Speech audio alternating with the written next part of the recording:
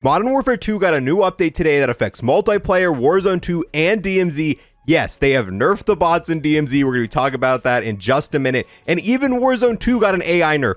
As always, we're going to cover all the new stuff in this video in a rapid style format. That way you can quickly watch this video and get right back into the game with no wasted time. If you're new here and want to see more content like this, make sure to unlock that subscribe button. Now, moving on to the patch notes, the first thing we have here are global changes, meaning they affect all modes in Modern Warfare 2, DMZ, multiplayer, Warzone 2, everything falls under global. This update contained fixes for a number of known crashes. Every update, they're always fixing new crashes, so this isn't abnormal. Then we've got bug fixes. Fix an issue causing recent players list to appear non-responsive after using search. Fix various geo-collision issues on Ashika Island. Fix an issue where AI combatants were not being damaged by the gas. Improved quick equip options in the battle pass. Improved general navigation and usability in the battle pass. Next, we've got the Warzone exclusive changes, starting off with bug fixes. Fix an issue impacting the visibility of contract icons on the TAC map. Fix an issue preventing players from redeploying if they are in last stand when the resurgence timer is disabled. I didn't know this was a bug. I just thought this was how this was supposed to work, but that's now been fixed. Moving on to DMZ changes.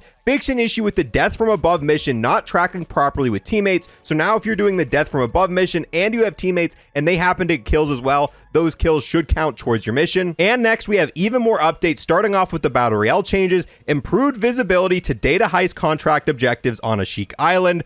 Reduce scale of AI combatant reinforcements during the data heist contract on Ashika Island. If you played Resurgence and you've done this data heist contract, you know exactly what they're talking about. A lot of times I would see 6 or 7 enemies, I take them down, I duck down to reload. By the time I had finished reloading and popped back up, it was filled with bots again. And I do that the entire time during the data heist contract. So hopefully they've been scaled back, they've been nerfed, and it makes a lot more sense for, a Warzone event and the amount of bots that it's spawning. Then we've got the DMZ updates, various performance improvements to DMZ on Ashika Island. I haven't had a lot of performance issues on Ashika Island, but if you were having performance issues, hopefully those have been fixed. Fix an exploit allowing players to retain loadouts between DMZ matches. There was a glitch where if you went to the final exfil, there was something you could do to keep your entire inventory the next time you loaded in. So you could go onto Al Mazrah, keep your inventory, keep all those items, then load those into Ashika Island and vice versa. That's now been fixed. They also fixed an exploit allowing the duplication of teammate dog tags. There was another glitch where you could have a teammate down themselves. You could actually get their dog tags, which wasn't supposed to happen, and you could rinse and repeat. So if they had those Damascus dog tags, you could keep selling those for 50K each. That has now been fixed as well. Then we have a change that was actually implemented yesterday, this being for DMZ. And if you're a DMZ player, this is probably the biggest part of this entire update. It reads off, introduce some moderate changes to AI damage that reduced lethality across Al Mazrah and Ashika Island in DMZ. So after playing a little bit of DMZ after the update, it really does feel like the bots were nerfed this time. I know they said the bots and the AI have been nerfed prior, and it just sometimes feels like it does absolutely nothing. But it does feel like the bots are less likely to down you, especially at a moment's notice. Right now, I don't have any armor on, I don't have a 3-plate, and we're running into one of the more ridiculous areas. So he did hit us, but look at how little damage he did.